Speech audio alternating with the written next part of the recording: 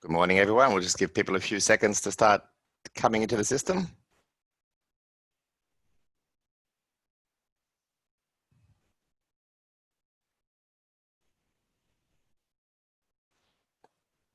Okay. So welcome to the Aged Care Industry Information Technology Council National Forum, incorporating the National Home Care Group and CIO Forum. Today's forum is part of the regular national forums hosted by the Aged Care Industry Information Technology Council. I would like to begin by acknowledging the traditional custodians of the land on which we each gather at today and pay my respects to their elders past and present. I extend that respect to Aboriginal and Torres Strait Islander peoples who have joined us for this event today. I am Dr. George Margellis, Independent Chair of the Australian Aged Care Industry Information Technology Council, and will be the Master of Ceremonies for this event. Before I move on, I need to cover a few housekeeping items. All microphones have been muted by the event manager for recording. If you wish to ask questions at any time, please submit your question on the Q&A panel available on the bottom of your screen, and we will answer these after the presentations or directly online in the Q&A panel. Any questions not answered during today's session will be answered and made available on the ACIITC website. This session is being recorded and will be available in the coming days from the ACIITC website. During the event, we will be asking poll questions. We ask all attendees to anonymously vote during their presentations. For any inquiries or technical support during the event, please submit them again through the Q&A panel so that the Secretariat can answer them.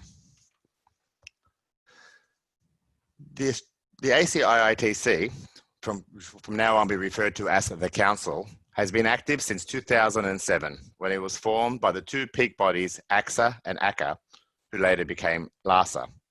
At the time, a number of us identified the need for the aged care sector to embrace technology as a key enabler to prepare for the massive demographic, social, and economic changes ahead as the baby boomer generation reached maturity. The group was formed to assist the provider community to provide high quality care whilst ensuring their sustainability. This involved bringing providers, consumers, suppliers, payers, and regulators together to design a system which supported innovation. And on the screen now, you can see the board and the chair people of the various committees. On behalf of the Council, I would like to send my condolences to the family and friends of the hundreds of aged care residents who unfortunately succumbed to the COVID-19 pandemic. And as we say in my faith, may their memory be eternal. Like aged care facilities around the world, despite the great work of the people involved, we are still very much at the whim of a microscopic parcel of RNA. Despite our plans, our efforts, and our best wishes, the reality is that this unprecedented event has been, is, and will continue to be the greatest challenge we will face, most likely in our lifetime.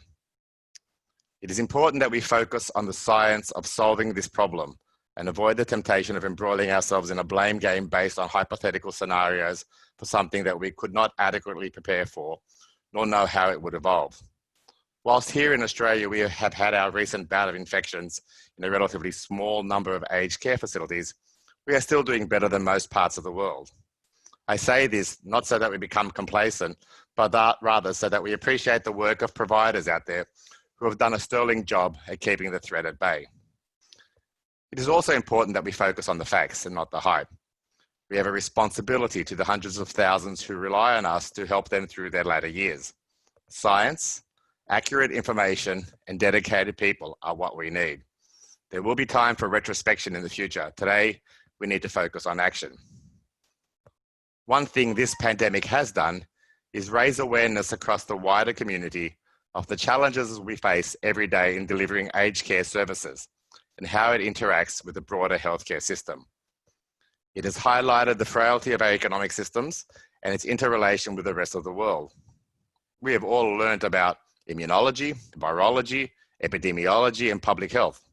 We've learned about clinical trials of vaccines, old and new drugs, combination treatments, and the role of the CDC, the TGA, the FDA, and the various healthcare systems around the world, and how dedicated our healthcare professionals are. The new heroes, as they have been termed, which includes aged care workers, have become our role models.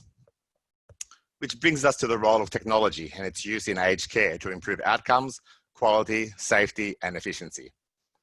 COVID has driven adoption of new technologies in aged and healthcare.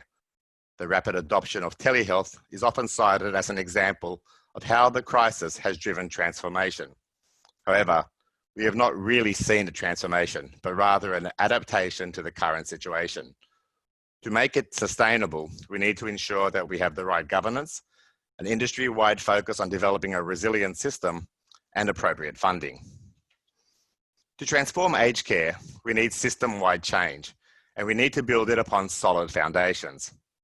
Our recent Care IT report highlights that there is much work to be done to build those technical foundations to enable us to build a digitally enabled aged care system.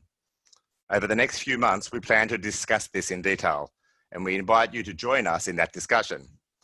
Whilst this pandemic is a terrible situation, there is a light at the end of the tunnel, where we may come out of it with a better aged and healthcare system, built to be resilient, responsive, and effective. Today, we are looking at cybersecurity, what in the medical world we would call an unintended consequence of the deployment of information technology into our industry. Whilst we focus on the benefits of information technology and the challenges of implementing it, we also need to understand the risks associated with its use. As a doctor, I love to use medical analogies to describe problems, and cybersecurity has a lot in common with the current COVID crisis. Small bits of code, RNA in the case of the coronavirus, binary bits in the case of our computer systems, can lead to tragic circumstances. Humans and computer systems develop immune systems to fight these bits of code. In humans, we have various cells and proteins. In computers, we have other pieces of software and hardware.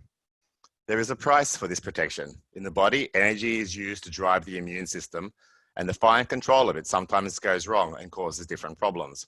In computer systems, we see similar issues. We have an opportunity to learn from our clinical colleagues how they manage the risks and consequences of infection and how we can extrapolate that to our computer networks.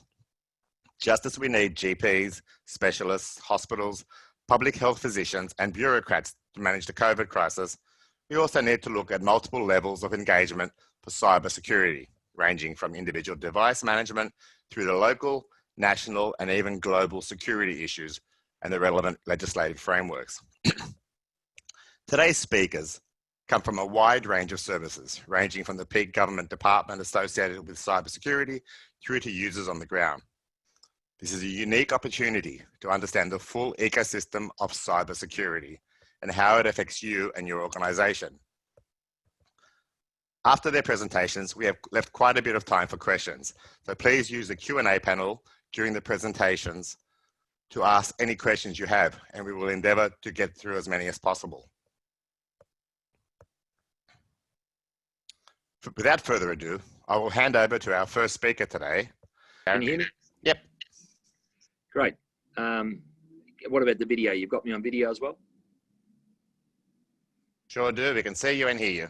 Gold, beauty. I should have had my purple shirt on for Wear Purple Day. All part of the support. So really tough to follow in behind Carl and his description of risk and the work of the ACIITC. I can absolutely vouch for Carl and the work he does. He's a super resource, very, very good to deal with, and NBN's a partner of the ACIITC. And I often will give him a ring and talk to him about issues. So if I can do it, you can certainly do it as well. Now, I've actually been briefed by the team on the audience today. Always difficult to do this on a hookup such as this, but we're getting better at it, given the nature of the current environment right across the nation and right around the globe, to be frank. So I'm not going to talk to you about threats now. Carl's sort of pinched most of my really good stuff, and even some of my risks and warnings I wanted to talk about. So what I'll probably do, I'll go a little off piste if you like, and I'm hoping you've got that slide up of the team. Have you now, Georgie? That's it there. I love this picture because that picture there represents all of the folk that actually work in the security group here at NBN.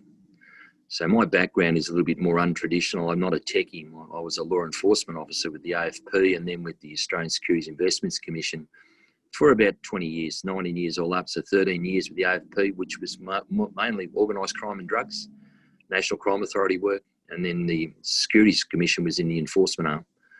I spent about 13 or 11 and a half years with Telstra after that, corporate security, and got to information security later in life. And I've been in my role here at the NBN for about 5 and a bit years now. And here at the NBN, I have actually sole accountability right across the company for what I call PPT, people, property, and technology, which includes a lot of the processes. We're here today to talk to you about cyber, and cyber is a sexy word that gets most of the actual recognition, but I did want to actually remind all of you on the hookup that the actual security risk of the organisation face is part of the way you manage the risk in cyber.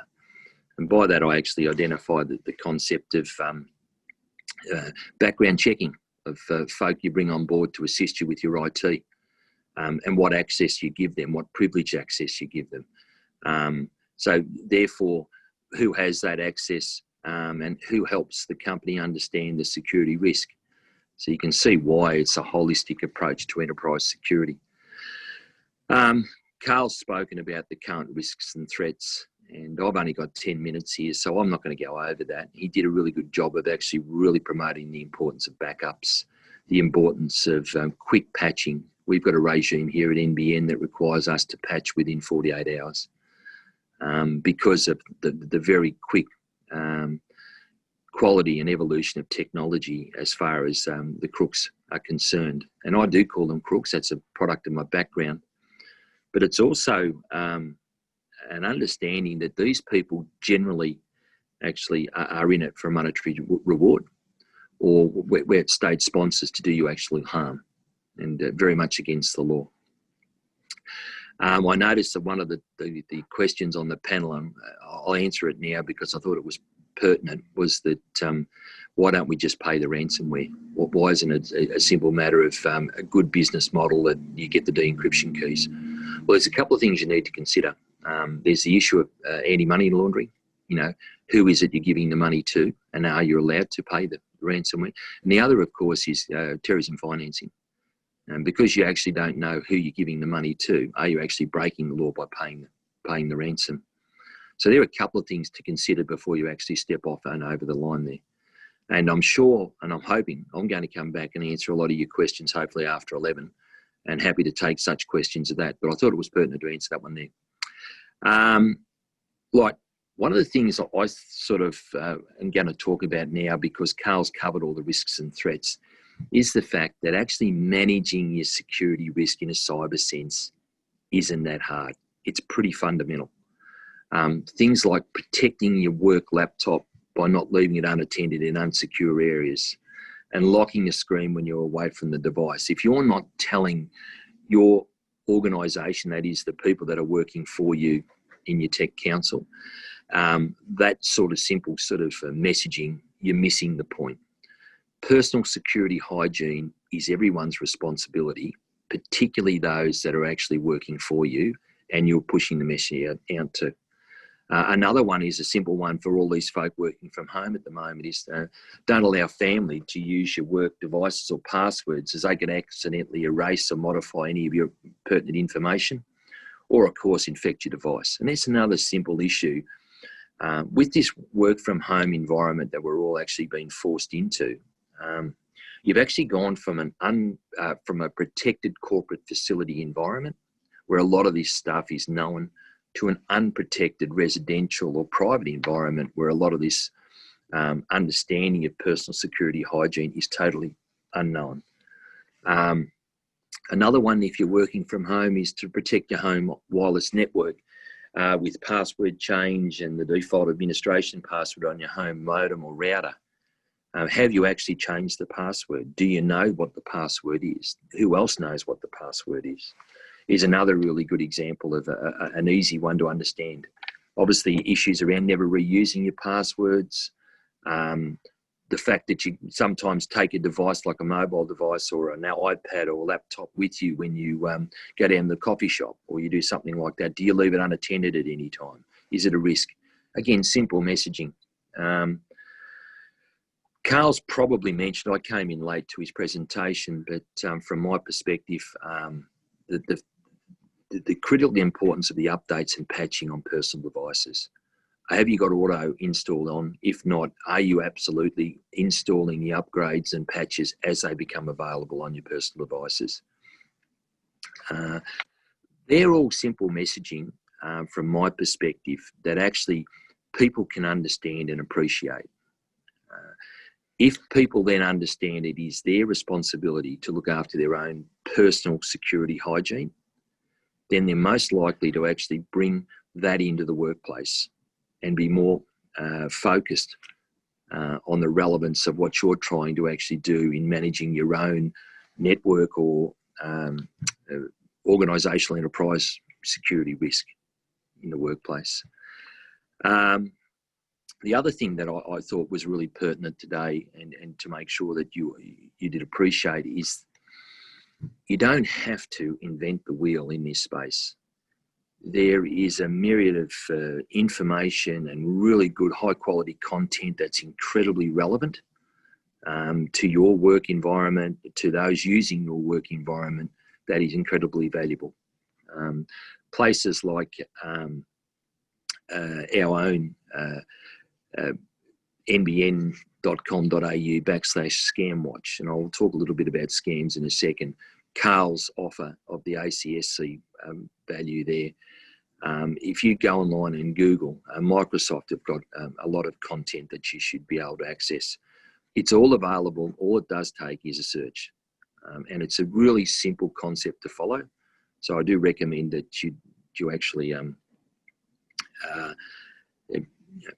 appreciate the fact that it's not difficult. Now, one of the things that I've done over the last 10 days is do a lot of work around National Scam Awareness Week. And that's very, very pertinent to not only the environment that you are working in, but the environment that you support. And by that, I'm talking about the over 65 users. So your messaging around actually helping them understand the risks should, of course, be age appropriate. It should be targeted at folk that actually struggle very much with the technology or digital age, and people that haven't grown up with an iPhone in their arms and hands. What I've seen over the last week is some incredibly concerning numbers. We know e-crime globally has gone up 330% since the start of the COVID crisis in early March across the globe. Some of the figures coming out of the ACIITC indicated that scams, not all technical scams, but scams involving fin, which is finance, and particularly online scams, can be as high as $600 million.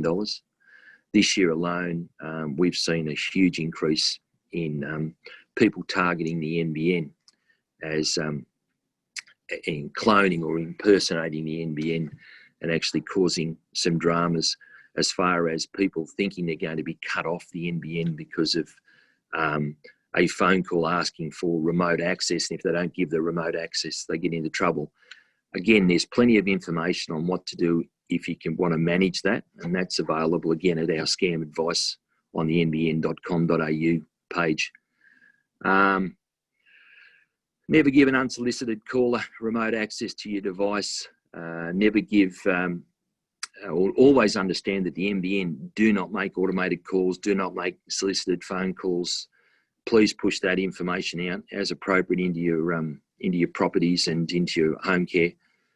And obviously, to all of you on the call, if ever in doubt that if the phone call is legitimate, for goodness sakes, hang up or challenge them and hang up. And if you feel that you may have done the wrong thing and you feel that you may have actually provided your personal details, your financial details, or remote access to your devices, and it happens, I certainly don't want to victim shame, because I know that the complexities and the actual intelligence of these people that utilise social engineering and technology to scam you is very, very good. Get in touch with your financial institution as quickly as you can, or get in touch with the organisation they actually purported to be, to confirm whether you've actually been a victim or a potential victim. The quicker you get in touch with the organisation, the quicker the better is your chances of recovering or remediating the damage. Look, I'm managed to actually push all that into about 10 minutes, and I only had 10 minutes. I've actually got on the screen there at the moment some great resourcing. The Essential Aid, I'm sure Carl spoke about that. That's all available from the ACIITC website. Understand that better. The highlights are patch as often as they come out, or as often as you should. Obviously the backups, really important, particularly if you are a victim of ransomware. There's the ASD guides for small and medium businesses. It's a fabulous resource. There's the e-safety commissioners, e-safety for seniors, Be Connected. Again, don't recreate the wheel. All of this is available. ID Care is a wonderful resource for those that are victims. They'll actually help you actually identify the fact that your identity's been stolen. They'll help you identify the fact that there is a way to manage the risk post-victim. And of course, Scam Watch at the ACIIC is another resource that you should be aware of and should be utilising. I'm going to come back and take some questions. I didn't want to sort of repeat what Carl had said, so I went a little bit off the pack there, but I thought it was important that to give you a flavour that even here at the NBN, we're constantly learning and we're constantly managing for new and previously unknown risks. And I don't expect it to be easy, but I do expect that if you want a hand, there's places to reach out to. So thanks, George. Thank you very much, Darren. Thanks for, again, a great presentation and filling in the gaps between what was said earlier by Carl. And thanks for showing us the slide of the large number of people involved in cybersecurity. I mean, some of the guys in the back there, I think, will probably handle physical security as well, looking at them. But it's a great to understand the amount of security involved in running the NBN, and especially those hints around scamming. I think that's a very important issue, especially in a lot of the home and community care sector, who are often asking us about the calls they get about their NBN. So that'd be great feedback for everyone. Our third speaker today is Ms. Jennie McDonald from the Australian Digital Health Agency. Over to you, Jennie. Thanks, Dr. Marcellus. It's a pleasure to have the opportunity to speak with you today. One of the key focus areas of my role at the Australian Digital Health Agency is to support people who work in healthcare organisations, such as aged care services, to become more aware of cybersecurity threats and how to manage them. In recent times, there's been an increase in cybersecurity attacks that target Australians, including healthcare organisations. In particular, there's been an increase in threats that leverage the human element, relying on people's actions to launch an attack. Some of the most common methods include phishing and social engineering. So Carl went into some of the details about common threats, but I'm just going to outline a little bit more about phishing. Phishing occurs when an attacker uses email or another form of electronic messaging, such as SMS or social media, to trick you into sharing information or opening an affected attachment or clicking a malicious link. Attackers will do their best to make the email seem genuine and may impersonate a business or person that you trust. Social engineering is a method that involves gathering as much information as possible about you or the organisation that you're working for so that an attack seems more genuine. And this is often used to create a targeted phishing attack or to launch another type of cybersecurity attack. While there's not a guaranteed way to spot a phishing message, there are some common characteristics that you can look out for. For example, phishing messages often rely on a sense of urgency. So be wary of messages that encourage you to take action without stopping to think. They often include inconsistent contact details. So always check the sender's details to see whether they look right. For example, does the email address match the usual format for the organisation? Phishing messages often include a malicious link or an attachment. Be cautious and avoid clicking on links or opening attachments unless you are certain that the message is genuine. You should also be wary if a message includes a request for sensitive information. Don't respond to requests for information like your usernames, account details, passwords, or financial information. Reputable organisations don't generally ask for this information via email. So it's most likely that this type of request is a scam. It's also important to be on the lookout for information that has changed. For example, phishing messages may claim that an organisation has new bank account details for example, in an attempt to redirect funds to a scammer's account. In 2019, attacks like this cost Australian businesses $132 million, according to ScamWatch. So it really pays to be very cautious if you receive a message stating that bank account details have changed. It's a good idea to telephone the organisation to check before making a payment.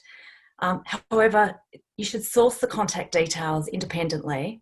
Don't use the contact details from within the email, just in case it is a fraudulent message.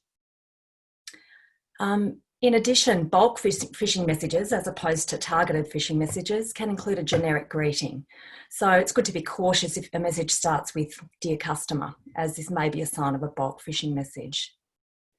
Something that we encourage people to do is to adopt a think before you click approach for emails, SMS, and other online messages. In other words, stop, think, and consider before taking any action. A good way to reduce the likelihood of falling victim to an attack is to ensure that you are equipped to recognise phishing messages and other common cybersecurity risks, and that you are aware of emerging security risks. Earlier this year, the Australian Digital Health Agency released a security awareness e-learning course designed for people who work in a variety of healthcare settings and roles. The course is available on the agency's training platform, training.digitalhealth.gov.au. This free e-learning course includes examples that relate cybersecurity concepts to people's work in healthcare organisations, such as aged care services. The course has been developed by the agency's cybersecurity staff in consultation with representatives from a range of different healthcare settings and disciplines, including medicine, nursing, pharmacy, practice management, and allied health. The course has been designed to support you to increase your security awareness through 5 different modules: Introduction to Security Awareness, Think Before You Click, Passwords, Network and Device Security, and Respond, Report, Protect Privacy. After completing all 5 modules, you'll be able to describe common cybersecurity risks and recognise that they are constantly evolving. Adopt positive security behaviours to protect sensitive information. Identify ways to reduce the likelihood of being impacted by cybersecurity threats. Outline what to do in the case of a cybersecurity incident, and identify key legislation and data breach reporting requirements. The Australian Information Commissioner's report into notifiable data breaches for the period January to June 2020 showed that data breaches resulting from phishing continue to be the leading source of malicious attacks, followed by stolen credentials and ransomware. So having a good level of security awareness can help people who work in healthcare to be better equipped to recognise and avoid cybersecurity attacks. People who work in aged care services and other healthcare organisations can use the Digital Health Security Awareness e-learning course to help reduce the likelihood of data breaches due to cybersecurity incidents. In addition to raising awareness of cybersecurity, there are a number of steps that aged care services can take to protect health information. A number of these have been outlined by our previous speakers. I'll just run through quickly a number of these as well. So as Carl and mentioned earlier, it's really important to patch your systems, or in other words, to keep your systems and software up to date. Many cybersecurity attacks leverage known vulnerabilities or security flaws, and cyber criminals use these to launch attacks. I'm sure you've all heard of the WannaCry attack that caused issues worldwide, and particularly in the UK health system. The UK National Health Service investigation report into WannaCry found that all NHS organisations infected by WannaCry had unpatched or unsupported Windows operating systems, and so they were susceptible to the ransomware. In other words, they didn't keep their systems up to date. And as has been mentioned earlier, cybercriminals can leverage a vulnerability within 48 hours of it becoming discovered or published. So keeping your systems up to date ensures available security updates are installed to address known vulnerabilities, which helps to protect against many attacks such as ransomware. And it's important to do this for your work systems and also for your personal devices. It's also recommended that you regularly scan your network and devices for viruses and malicious software to help identify any known issues. Of course, in order for this to be effective, you also need to make sure you keep your antivirus or anti-malware software up to date as well. In the event that you do fall victim to an attack such as ransomware, as has been outlined already, an important thing to have in place is a good backup regime so that you can restore your data from a backup. It's also important to check regularly that the backups are working as intended. We recommend the 3-2-1 rule of backups. Have 3 copies of your information, updated daily, stored in 2 different formats, and keep at least 1 copy off-site and offline. As Carl mentioned earlier, if all of your backups are connected to your network, then if you do fall victim to an attack such as ransomware, you may find that your backups are also affected. So it's really important to make sure you do have that offline and off-site, version as well of your backups. And it's also important to make sure that you use long, complex and unique password for each device and account, and use multi-factor authentication whenever it's available. With multi-factor authentication, instead of just entering a username and password, you'll need to provide another method of identification, also known as another factor, in addition to your username and password. This reduces the chance of a cybercriminal gaining unauthorised access if they've discovered your password, because they'll also need that second factor. And just to give a bit of additional information here, the type of things that can be used to identify to confirm your identity include something you know, such as a username and password, something you have, such as a code or a token from a mobile app. It's code from a token or a mobile app, and something you are, such as your fingerprint or a facial scan. So any combination of 2 or more of these is referred to as multi-factor authentication, also known as 2-factor authentication.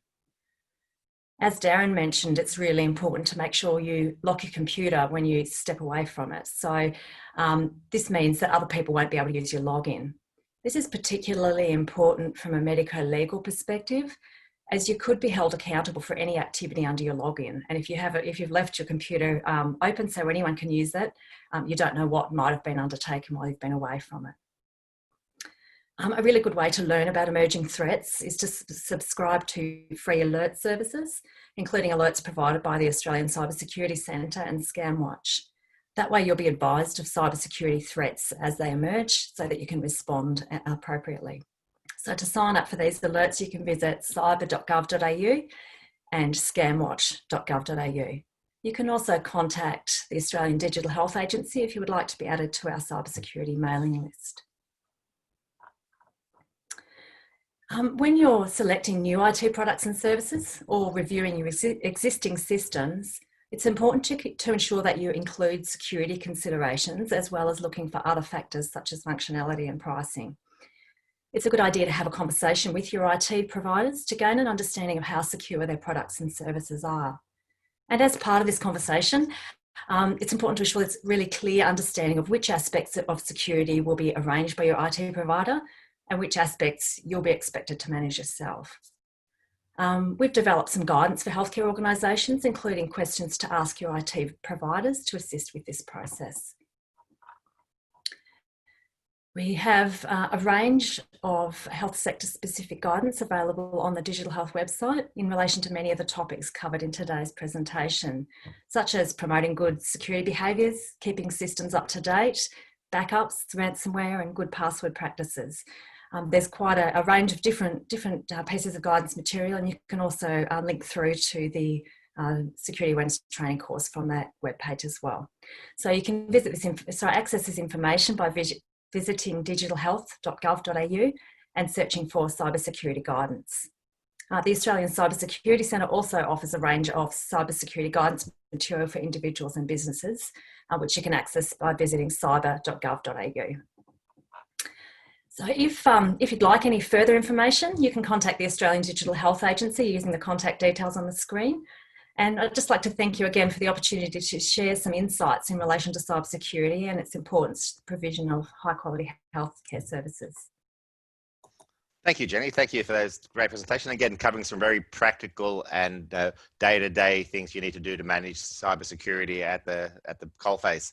I will take this opportunity as well to just note that the Australian Digital Health Agency is also running a series of webinars in the future looking at aged care and various aspects of digital health and aged care, including My Health Record. So I do recommend people go to digitalhealth.gov.au to get access to those webinars. And now I'd like to hand over to our final speakers for today, the Chair of the National Home Care Group, Ms. Anne Livingston, and the Chair of the CIO Forum, Gavin Tomlins. Over to you, Anne and Gavin. Thanks, George. Gavin and I are going to do a joint presentation here. We're just going to lead you through the current research project that the Council has undertaken and now completed. Many of you have joined some of the national forums that we've held before and would know that we were contracted in March this year, pre-COVID, to undertake an environmental scan of the positioning of the aged and community care sector, particularly in relationship to a number of key issues. We did that environmental scan, but as well as that, had extensive consultations as part of the project, in particular 2 high-level consultations that we completed, and I know that many of you may have been involved in those consultations. We also set up a number of expert reference groups, and I thank those members of the industry who participated in some of those groups. We also did a scan of all the digital maturity assessments and benchmarking worldwide, and we finally presented our report to the Department of Health on the 24th of June. Our research really, I guess, uncovered some of the information that we knew, but uncovered and provided great degree of evidence about some areas that we were uncertain about. What we did find is there is a lot of innovation happening, but there are few leaders. We also identified that there were some extremely valuable success stories, and we've highlighted those in the report as case studies. But we also did identify a number of key barriers. Some weren't were familiar to us, but some were a surprise to us how those barriers might have existed over several years. You might be aware that the research covered 5 distinct areas, and those first 2 areas, the reporting, the B2G, and the interface with government portals, were, I guess, the 2 key business to government items in the research that we covered. We looked at 3 specific areas of technology deployment, and they were surveillance and monitoring, telehealth and telecare, and smart home technologies, broadly defined as those providing older people and their families with the ability to live safer, more secure and technology enabled. I guess it's important to note at the time that we were contracted to this work, it was pre-COVID context, and it was certainly pre the universal coverage of telehealth, which was announced by the Prime Minister. We, I guess, felt it was important to really reflect on the time and the uptake of technology during the COVID period. And our report covers some of those lessons learned, some of the challenges of that forced innovation, plus also some of the success stories in the sector. So where did we get to? We had 421 responses, both from industry and the vendor community, and I'd like to thank the vendor community for their input into this project. We ran a separate survey for vendors.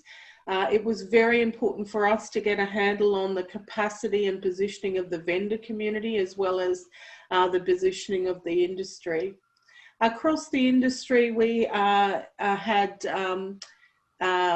just under 300 responses, and they constituted 67% of our survey questions. But what I guess are important are the amount of service delivery areas that we covered. So from our survey, we identified that we had covered about just under 92,000 workforce, plus around 21,227 to be precise volunteer workforce, and coverage of customers, older people themselves and their families, of 661,000. We did identify 420 unique vendor solutions that are going into the sector, and we are planning to do more work on acknowledging the scope of those vendor solutions, and particularly where those vendor solutions might have opportunities to interface in a more holistic way. It was really important for us from the start of this research to ensure that we captured every size of organisation and every configuration of organisation, as well as every geographical structure. So from our survey, we identified that the smallest provider was a remote provider who had 2 clients, and our largest provider had nearly 87,000 clients and was in every state and territory and across every service type. We were really pleased to note that the survey attracted respondents from every state and territory. That was no mean feat with the workload on for providers during this time of the survey period. And we do acknowledge the survey was extensive and was time consuming. But we congratulate everyone on taking the time to provide that. And it gives us a really good benchmark and snapshot in which to build on into the future. I'm going to hand over to Gavin, who's going to just talk through at a high level about the research findings, particularly related to cybersecurity. It's important to note that our report hasn't been finalised by the department as yet, but we're hoping to be able to publicly release the full report and a subsequent discussion paper fairly shortly. Over to you, Gavin. Thanks, Anne. So from the survey, it was good to see that around training that cybersecurity was on the radar, with 22% of the industry indicating that they did provide some form of security training and support. This was third behind risk and general technology training. When we actually queried our survey respondents, we also asked about the governance structures that they had in place to manage key information around the technology risks and the cyber threats going through the board level and how these are reported. It was pleasing to see that 44% of those who survey had practices in place. In this day and age, the council sort of believes that cybersecurity insurance is important to cover all aspects of disaster situations. In relation to technology, with ransomware and hacking falling into that category, almost half the participants surveyed found that they had some sort of insurance in place. This is good to see, but the council believes that there is some work to be done in this area. Next. Some of the key findings from the around cyber security sort of highlighted an alarming percentage of organisations not using appropriate security and protection technology. The survey sort of revealed a digital divide with less mature organisations being vulnerable to cybersecurity attack. However, I guess on a positive side, there were a number of organisations which were using reasonably technology-enabled protection and privacy systems. Again, this sort of illustrated that there is a digital divide across the sector, and it is clear that there is education that needs to be done as a whole, and this will sort of lead to a wider recognition of the importance around data and information as being critical digital assets that need to be secured and protected. Also, what was interesting is approximately 1/3 of the surveyed respondents basically said they were providing that generic technology training, but of less sort of issues, there were only sort of 22% doing around phishing and data sensitivity, and also focusing on malware. It's, I guess, of concern that only around, say, 38% of these organisations are not providing areas in these key cyber security areas. It was good to see Jennie providing a number of key resource links from the Australian Digital Health Agency. So I'd suggest people take advantage of those links or contact the council for further information. Next.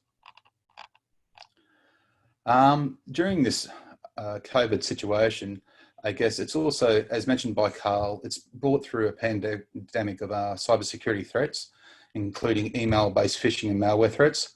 I guess further to Carl's comment about attack every 10 minutes, Google reported back in April that there was around 18 million emails per day targeting users and more than 240 million COVID-related daily spam messages coming through.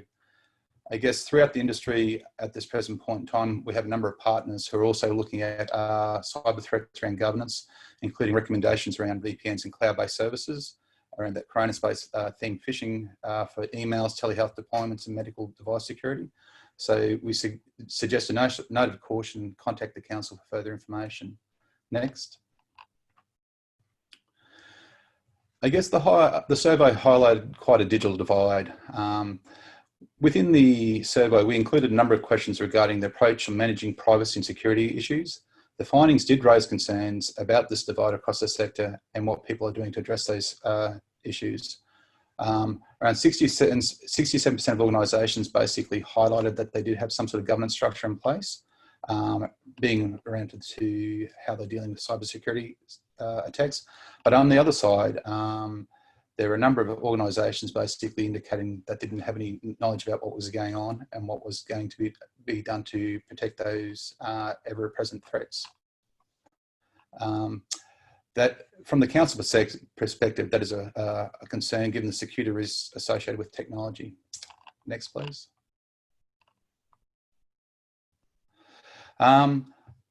Across the survey, it was quite interesting. We gained a lot of insights from our service providers on the various systems that they used. It was positive to see that there are a number of organisations using antivirus, as can be seen around 82.5%, and firewall and spam. So the usual contenders there. Other interesting data though was around only half the organisations were using virtual private networks, and also only around 40% were looking at doing encrypted data transmissions. The council also found it interesting about the behaviours of some certain organisations doing network penetration testing with low take-ups of two-factor authentication, as was being mentioned by Jennie, and also only around 16% were doing some sort of dark web solution scanning. There are a number of areas there that the council believe that as a whole the industry can basically improve upon. Next. I'll pass back to Anne for that. Sorry. Thanks, Gavin. So what's the next steps for the Australian Aged Care Industry Technology Council? We have not stopped since we provided the report from Commonwealth. We're further drilling down on a number of the data sets that we collected as part of this project, and both in partnership with the Department of Health and the council itself, we are looking at particularly the 9 recommendations we made to government, and I'm pretty pleased to say that those 9 recommendations are being robustly discussed with government, and we are mapping out the next steps. We're doing a range of work with entities like the Digital Health Cooperative Research Centre, and we've got a number of projects, including one at the moment that we're leading with Swinburne University that we hope to be able to report to you at the next National Forum. We also are developing up partnerships with some key government agencies as well as key research agencies, where we hope we can partner on progressing this work and utilising some of the data that we've collected, but also we've identified a number of gaps in our data sources that we hope to provide more evidence around. So these national forums are part of a range of forums we've got planned for this year and next in conjunction with ACIITC. So ACIITC in March also is providing us with a great opportunity to highlight some of the future activities that this project has brought to our attention. And today is the start of many of these sessions that we're doing on particular issues of concern or of priority that have been identified in the research. So thanks, Gavin, and back over to you, George. Thanks, Gavin and Anne, and thanks for filling us in on what was a very exciting time in our lives doing that project. And we're looking forward to sharing that information with the broader aged care community in the near future. And as Anne pointed out, our plan is to have a number of forums over the next few months. Though most of you are probably already fairly zoomed out over the last few months, I can promise you our forums will be well worth attending. We'll just wrap up now. I'd like to thank you all for attending. Thanks everyone for attending, and our attendee number has been fairly steady, so people have stayed to the end, which is really exciting. It's been very interesting. I hope you find this format useful, and we do plan to have a number of more forums going forward. More information will be provided around how we can maintain this discussion going forward in our evaluation emails, and the recording of this session will also be made available via our website. Like we said, we will be running a series of forums over the next few months exploring various topics, and we look forward to seeing you at those. Please join me in thanking our speakers again. We will keep you in touch by email, keep your eye on your LinkedIn and your Twitter feeds, and we look forward to speaking to you all again very soon. Thank you and goodbye.